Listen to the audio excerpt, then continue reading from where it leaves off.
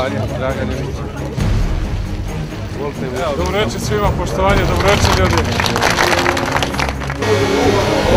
Evo dobro.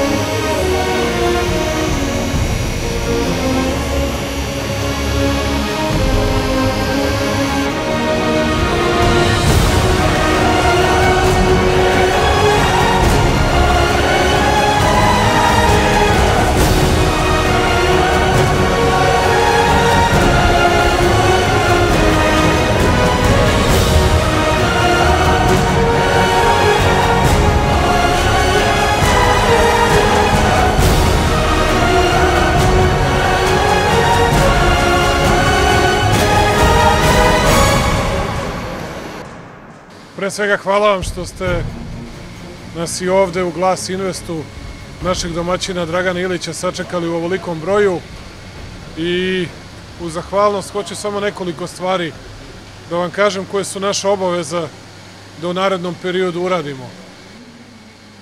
U aprilu ili početkom maja najkasnije bit će održani izbori i ti izbori su naša poslednja prilika, rekao bih, da stvari počnemo da menjamo i da obezbedimo više posla za naše građane, više posla za našu decu, da im garantujemo drugačiju perspektivu i bolju budućnost. Večeras ovde, zahvaljujući se Draganu Iliću, našem domaćinu, zahvaljujući svojim divnim mladim radnicima, želim istovremeno da pokažem šta je ono što može neka buduća vlast da uradi da bi više ljudi imalo posao, da bi više ljudi dobijalo plate, a šta i na ovom primeru se pokazuje kao naš nedostatak i šta je ono što svaki put pravimo veliku grešku, mi političari, naravno uvek govorimo onima na vlasti. I danas kad ovde vidite 11 zaposlenih mladih ljudi, ljudi koji rade svoj posao, koji proizvode nešto, koji prave i ogledala, i stakla, koji prave i stolariju, kad je potrebno da na najbrži mogući način se dobije dozvola, tu uvek nekako izostane reakcija nadležnih državnih organa, bilo da je u pitanju grad, opština, mi tražimo da reaguju brzo, da se radi brzo, da se dozvole za proširenje, da se dozvole za posao daju odmah, zato što će to da dovede još 2 mlada čoveka da rade, još 3-4 ljudi da se zaposle, još toliko porodica da imaju od čega da žive. Od toga će biti više poreza i taksi u državnoj kasi da možemo da uložimo u komunalnu infrastrukturu, da možemo da obezbedimo grejanje ljudima, gas da obezbedimo, da kanalizaciju možemo da obezbedimo ovde u Bariču, koje nema. Ovde od 6.000 ljudi koliko je nekada radilo u Prvoj Iskri, danas pogledajte kako se muči Barič da preživi.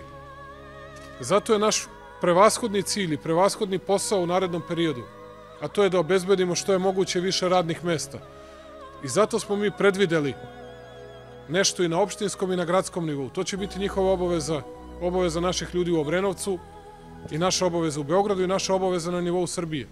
Kad pobedimo da formiramo nešto što obično ljudi podcenjuju pa kažu šta to znači još jedna kancelarija za brzi odgovor, kako smo je mi nazvali. A ta kancelarija u stvari znači sledeće. Kad hoćete nešto da radite i gradite i sad je čovjek kupio plac, hoće brzo da napravi novi proizvodni pogon. Nemojte da ga maltretirate po pola godine i godinu da to ne može da uradi. Dajte, rešite to u roku od 30 do 60 dana. Nemojte da mora da ide kod sekretara, kod sekretarice, kod pomoćnika, kod zamenika, kod svih mogućih. Dajte da taj proces ubrzamo, da korupciju iskorenimo i da taj čovjek može da dođe samo na jedno mesto. Ne mora nikoga da pozne u opštini, ne mora nikoga da pozne u gradu, nigde nikoga, a na tom mestu morate da mu uručite odgovor za 30 do 60 dana. Kao i svi ovi naši stariji ljudi koji su napravili sve ono što mi nismo u stanju danas ni da okrečimo. Šta god da hoće da naprave, šta god da hoće da pokrenu, koju god ideju da imaju, moraju da znaju nekoga koga će da podmite, nekoga koga će da potplate, da potkupe, nešto da urade.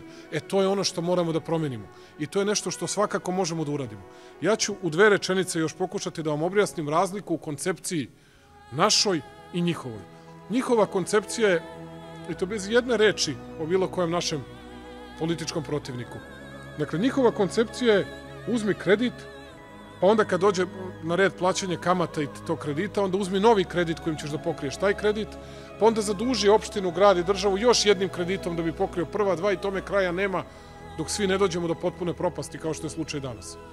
A naš cilj je, ajde da razvijamo posao, da puštamo ljude da rade, ajde da počistimo obale Save, posebno u centru grada, ajde da taj prostor ponudimo onima koji će to da plate i koji će tamo da izgrade i objekte kulture, i poslovne prostore, i zgrade stambene i sve drugo, i koji će moći od ulaganja od 500 miliona evra, milijardu da plate i takse, i poreze, i državi, i gradu, i od toga da ulažemo u našu infrastrukturu, od toga da vraćamo naše kamate, a ne uzimajući stalno nove i nove kredite. Ta razlika u koncepciji je naša najveća prednost. To je ono što možemo i moramo da promenimo, jer ovo nas na ovakav način vodi u propast. Pre 25 godina i 30 godina oni se diče kada ide gospodin Tadić kompanija u Novi Sad da se diče sa tim minolovcima i sa tim brodovima. Znate to? A nisu napravili. Pogledajte ovde PAM, Prva Iskra Barić. To je Mršević gospodin bio tamo. Kome je ta prodata i kome je ta fabrika isečena i gde je otišla? Gde je otišla bazna hemija gospodine Vučića? Mršević je govorio, bit će pare radnicima Prve Iskre. Ja nisam bio član Prve Iskre i radnik Prve Iskre. Sam bio brodarišta, brodotehnika u Makišu. Pogledajte tamo, snimite to, pa sve vidite šta su uradili oni. I to iznesite. Što se tiče ovih firmi, ono što je moja poruka za sve vas, najlakše je ljudima reći svi koji su ojadili narod završit će iza rešetaka i vratit ćemo pare. Ne znam da li ćemo da vratimo pare, jer ne znam gde su im pare, ali svi koji su uz izvršenje krivičnog dela sproveli privatizaciju, za to će da odgovaraju. Postoji li mogućnost da se to naplati iz njihove imovine, to ćemo da učinimo. Ako me pitate da li će to biti lako i jednostavno, neće. I ja zato sam pre svega bio mrtav hladan spreman da vam govorim i o Miškoviću, pošto kao što vidite nemam nikakav problem da govorim o Miroslavu Miškoviću i o mnogim drugim tajkunima koji drže režim u Beogradu, koji direktno drže i Đilasa i te malo prepomenute radikale i plaćaju bilborde i mnoge druge, dakle, nemam problem, ali znate, samo hoću da vam kažem jednu stvar. Moramo da im dokažemo izvršenje krivičnog dela. Za izvršenje krivičnog dela svako mora da odgovara. A da pretimo bilo kome nećemo. Ali ono što garantujem vama, poštovani prijatelji, nikada pravda neće biti 100%, ali vam garantujem mnogo više pravde nego što ima danas. I zato ne pada mi na pamet da pravdam tog socijalistu koji je opljačkao ovde Barić ili nekog drugog. Dokažemo li, a uveren sam da će dokaza biti, taj će da odgovara za svoje zlodele.